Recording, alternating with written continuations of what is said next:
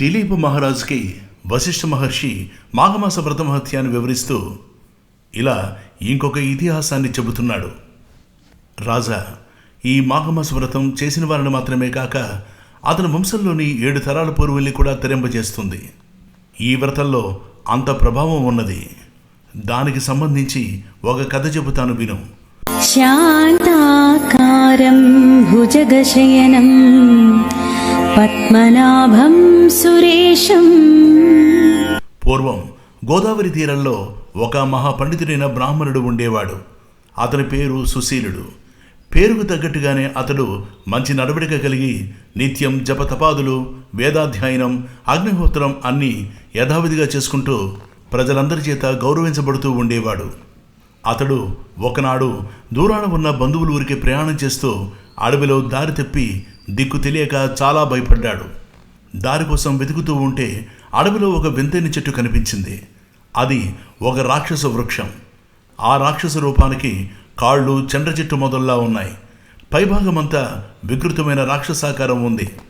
దానిని చూసి చాలా భయపడిపోయిన సుశీలుడు దేవుణ్ణి ధ్యానిస్తూ భయాన్ని పోగొట్టే వేదమంత్రాలను బిగ్గరగా చదవడం ప్రారంభించాడు.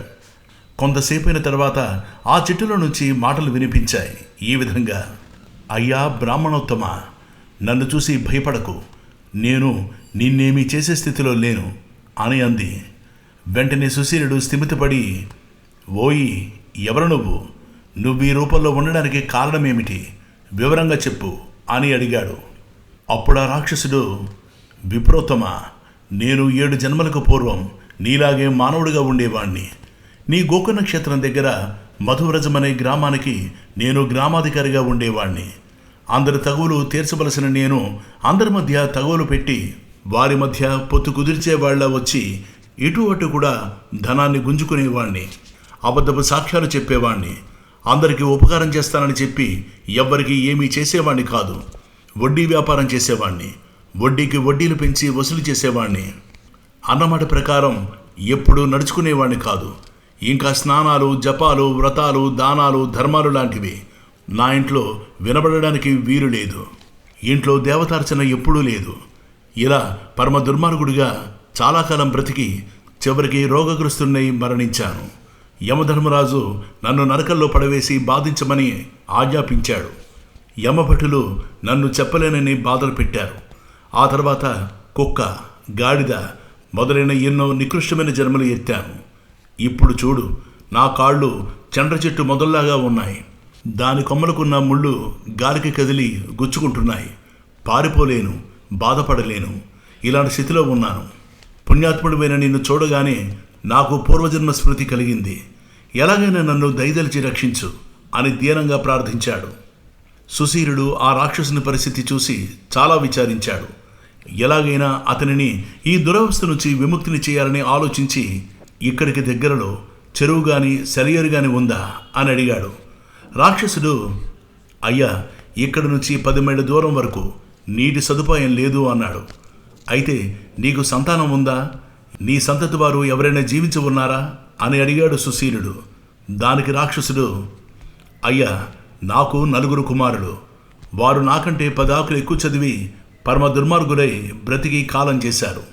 నా వంశంలోని 7వ తరం వాడైన భాస్కరుడు అన్నవాడు బతికి ఉన్నాడు. వాడు మాలాగా దుర్మార్గుడు కాదు. దేవ, బ్రాహ్మణ భక్తి, ధర్మబుద్ధి కలవాడు అని చెప్పగా విని సుశీలుడు, అయితే సరే, నేను వెళ్ళి నీ వంశంలోని వారితో నీ విషయాలన్నీ చెప్పి మీకు కలిగిన ఈ దురవస్థను పోగొట్టడానికి ప్రయత్నిస్తాను అంటూ మధువ్రజపురానికి ప్రయాణమయ్యాడు. అక్కడ రాక్షసుని వంశం వాడైన భాస్కరుని కలిశాడు. అతడు సుశీలుడిని మర్యాద చేసి, మీరు వచ్చిన పని ఏమిటో చెప్పండని అడిగాడు. అప్పుడు సుశీలుడు, భాస్కర, మీకు 7 తరాల పూర్వీకుడైన పురుషుడు స్వయం కృతాపరాధం చేత నికృష్ట జన్మలెత్తి ఇప్పుడు చండ్ర చెట్టు రూపంలో రాక్షసుడిగా ఉన్నాడు. నీ వంటి ఉత్తముడైన వాడు తన పూర్వీకులకు ఉత్తమ గతులు కలిగించడానికి ప్రయత్నిస్తే అది నీకు కూడా శ్రేయస్సు కలిగిస్తుంది అని చెప్పగా విని భాస్కరుడు చాలా విచారించి, నా పూర్వులంతా పాస విముక్తులై తరించాలంటే నేనేం చేయాలో చెప్పండి అని వినయంగా అడిగాడు. అప్పుడు సుశీలుడు, నాయన, నీ ధర్మబుద్ధికి చాలా సంతోషం కలిగింది. రేపు వచ్చే మాఘమాసంలో నువ్వు మాఘమాస వ్రతం నియమంగా ఆచరించు. ప్రాతకాలంలో నదీ స్నానం చెయ్యి.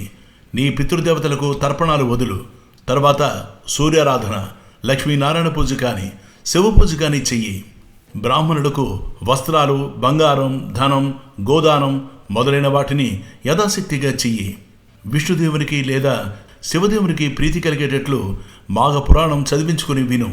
దీనితో నువ్వు పుణ్యాత్ముడివి అవడమే కాక నీ పూర్వుల పాపాలన్నీ పోగొట్టి వారికి కూడా ఉత్తమగతులు కలుగుతాయి అని చెప్పగా విని భాస్కరుడు, అయ్యా, మాఘమాస వ్రతంలో ప్రాతకాలంలో నదీ స్నానం ముఖ్యమన్నారు కదా, నదులు జలాశయాలు లేని చోట ఇలాంటి స్నానాలు ఎలా కుదురుతాయి? అసలు స్నానాలు ఎన్ని విధాలు, వాటిని గురించి వివరంగా చెప్పండి అని అడిగితే సుశీలుడు ఇలా చెప్పుకొచ్చాడు. నాయనా, స్నానాలు అనేక విధాలు, వాటిని గురించి చెబుతాను విను. వైదికమైన అఘమర్షణ మంత్రంతో చేసేది అఘమర్షణ స్నానం. రెండోది పుణ్యతీర్థాలలో సంకల్పం చెప్పుకుంటూ చేసేది వారుణ స్నానం. దైవ ప్రతిష్టలు, యాగాలు పూర్తయ్యాక వెంటనే చేసేది అవబృత స్నానం. ఇక నాలుగోది దేవుని పూజలకు ముందు పవిత్రమైన మనసుతో దైవ ధ్యానం చేస్తూ చేసేది వారుణ స్నానం లేక మానసిక స్నానం. లక్షవర్తి వ్రతాలు మొదలైన వ్రతాల ప్రారంభంలో నదిలోని మట్టిని ఒంటికి రాసుకుంటూ ఆ మంత్రాలతో చేసే స్నానం మృత్తికా స్నానం. అనారోగ్యంతో స్నానం చేయలేని వారు గోవులు నడిచిన చోట ఉన్న మట్టిని ఒంటికి పూసుకుని చేసేది వాయవ్య స్నానం. ఇక ఏడో రకం స్నానం చెయ్యలేని ఆసక్తి లేనప్పుడు విభూతిని ఒంటికి పూసుకుని చేసేది ఆగ్నేయ స్నానం. ఇక ఎనిమిదోది ఎండలో నిలబడి శరీర శుద్ధి చేసుకుంటే అది ఆతప స్నానం. ఇక తొమ్మిదోది జుట్టు బట్ట తడిసేదాకా నీళ్లు పోసుకుని ఆపై శరీరాన్ని తడిబట్టతో తుడుచుకుంటే అది కాపిల స్నానం. ఇలా స్నానాలు అనేక విధాలు. ఆరోగ్యంగా ఉన్నవారు మొదటి 5 స్నానాలను సందర్భాన్ని బట్టి చేయడం సర్వదా ఉత్తమం. మిగిలినవి అవసరం కొద్దీ చేసేవి. స్నానం అనేది శరీర శుద్ధి కోసం. శరీరం శుద్ధి చేసుకోకుండా దైవారాధనలు చేయకూడదు. స్నానం చేసేటప్పుడు కేశవాయ నమః, నారాయణాయ నమః, మాధవాయ నమః అని దేవుని నామాలు ఉచ్చరిస్తూ 3 సార్లు ఆచమనం చేస్తే మన మనస్సు కూడా శుద్ధవుతుంది. అప్పుడే మనం దైవ ధ్యానానికి కానీ దైవ పూజకు కానీ అర్హతను పొందుతాం. బట్టలు లేకుండా స్నానం చేయకూడదు. సూర్యోదయంకు ముందు జలాశయాలలో స్నానం చేయాలి. దర్భలు తగిలిన నీళ్లతో స్నానం కూడా చాలా పవిత్రమైంది. స్నానం చేసేటప్పుడు సంకల్పం చెప్పుకోవడం చాలా ముఖ్యం. సంకల్పం చెప్పుకోకుండా చేసే స్నానాలు, దానాలు మంచి ఫలితాలు ఇవ్వవు. రథసప్తమి, మహాశివరాత్రి మొదలైన పర్వదినాలలో ఆయా దేవతల గురించి కూడా ప్రార్థన చేసి తర్పణాలు ఇస్తే ఆ దేవతలు సంతోషిస్తారు అని సుశీలుడు భాస్కరుడికి అవసరమైన విషయాలన్నీ చెప్పాడు. మాఘమాసం రాగానే భాస్కరుడు సుశీలుడు చెప్పినట్లు మాఘమాస వ్రతం ప్రారంభించి నియమనిష్టలతో 1 రోజుల వ్రతం చేశాడు. దానితో అతని వంశపూర్వులు 7 తరాల వారు పాపరహితులై పుణ్యలోకాలకు పయనమయ్యారు. వారందరినీ తరింపజేసిన పుణ్యానికి మాఘమాస వ్రతం చేసిన పుణ్యం తోడు కాగా భాస్కరుడు కూడా బ్రతికినన్నాళ్ళు ఆయురారోగ్య ఐశ్వర్యాలతో తొలతూగి చివరికి వైకుంఠధామం చేరుకున్నాడు. అందుచేత మాఘమాస వ్రతం చేసిన వారికే కాకుండా తరతరాల వారికి పుణ్యం కలిగించి ఉత్తమ గతులను ప్రసాదిస్తుంది. గజాలపాలం గజత్కంఠమాలం శరచంద్రబాలం మహాదైత్యకాలం నభో నీలకాయం దురావారమాయం సుపద్మాసహాయం భజేహం భజేహం